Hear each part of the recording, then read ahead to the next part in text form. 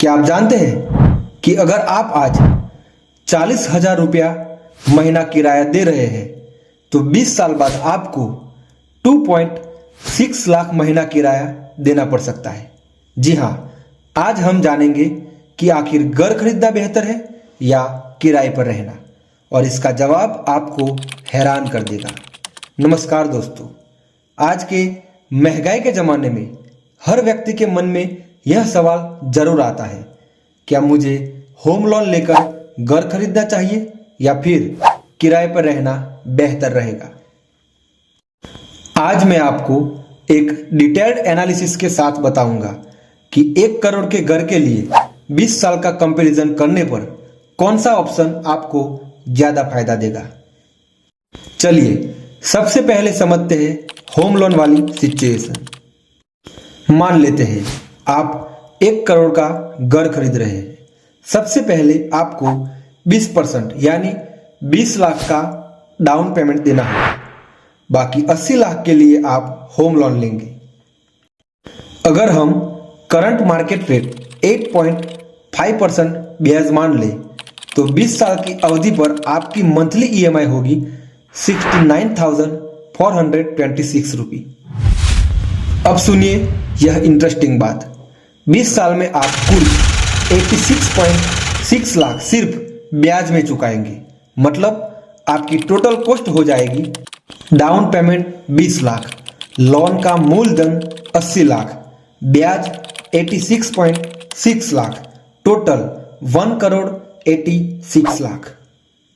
लेकिन रुकिए, अगर प्रॉपर्टी की ग्रोथ 6% सालाना मान ले तो 20 साल बाद आपका घर होगा 3.21 करोड़ का। अब आते हैं रेंट पर रहने की सिचुएशन पर।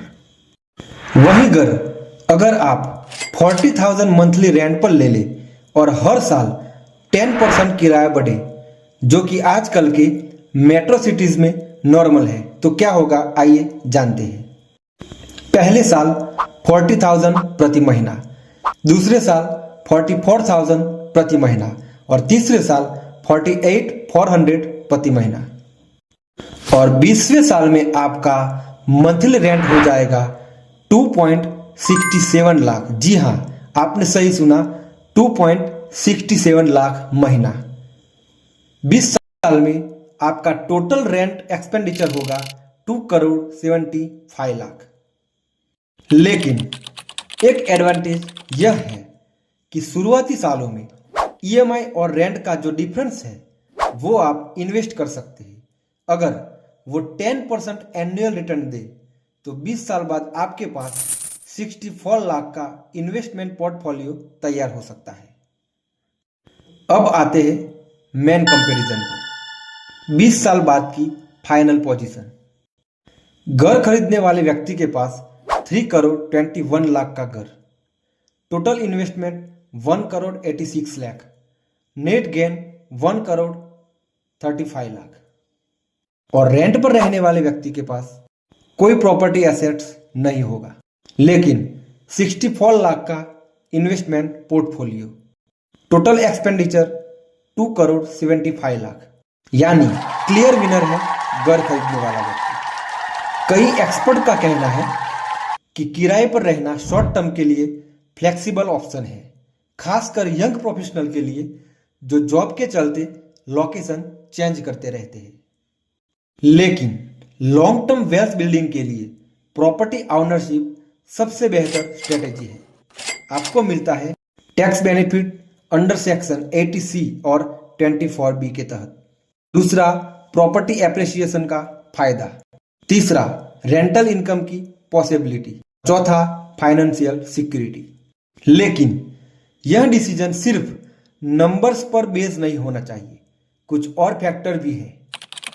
घर खरीदने के कुछ अपने फायदे हैं, जैसा कि अपना घर, अपनी सिक्योरिटी, ईएमआई के बाद permanent asset, tax savings, no tension of rent increase, और रेंट के भी कुछ अपने फायदे हैं। हाई लिक्विडिटी, पैसे अटके नहीं रहते, location flexibility, no maintenance headaches, lower initial investment. तो फाइनल कंक्लूजन क्या है? अगर आप 5 साल से ज़्यादा एक ही सिटी में रहने का प्लान है, आपकी स्टेबल इनकम है और आप डाउन पेमेंट अफोर्ड कर सकते हैं और लॉन्ग टर्म के लिए वेल्थ बिल्डिंग चाहते हैं तो घर खरीदना डेफिनेटली बेटर ऑप्शन है। लेकिन अगर आप फ्रीक्वेंट जॉब चेंज करते हैं या अभी कैरियर में फ्लेक्सिबिलिटी चाहिए तो रेंट बेटर ऑप्शन हो सकता है। तो दोस्तों, यह एनालिसिस आपको कैसी लगी कमेंट्स में बताइए कि आप किस साइड हैं, टीम बाय होम या टीम रेंट। अगर यह वीडियो हेल्पफुल लगा तो लाइक करना ना भूलें और ऐसे ही फाइनेंशियल टिप्स के लिए सब्सक्राइब कर ले, बेल आइकन भी दबा दें ताकि आपको हमारी लेटेस्ट वीडियोस की नोटिफिकेशन मिलती रहे। मिलते हैं अगले वीडियो में।